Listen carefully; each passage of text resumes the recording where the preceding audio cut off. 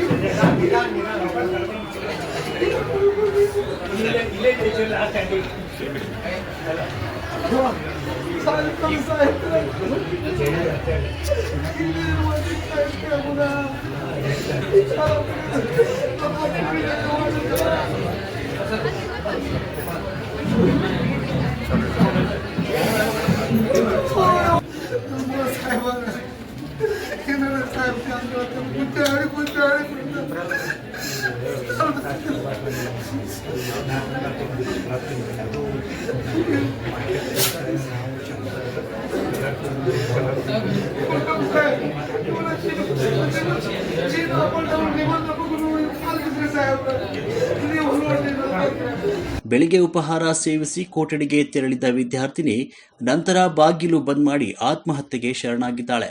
ಸಹಪಾಠಿಗಳು ಬಾಗಿಲು ಬಡಿದರೂ ತೆರೆಯದಿದ್ದಾಗ ಘಟನೆ ಬೆಳಕಿಗೆ ಬಂದಿದೆ. ಯುವತಿ ಸಾವಿಗೆ ನಿಖರ ಕಾರಣ ತಿಳಿದು ಬಂದಿಲ್ಲ. ಘಟನಾ ಸ್ಥಳಕ್ಕೆ ಎಪಿಎಂಸಿ ಪೊಲೀಸರು ಭೇಟಿ ನೀಡಿ ಪರಿಶೀಲನೆಯನ್ನು ನಡೆಸಿದ್ದಾರೆ.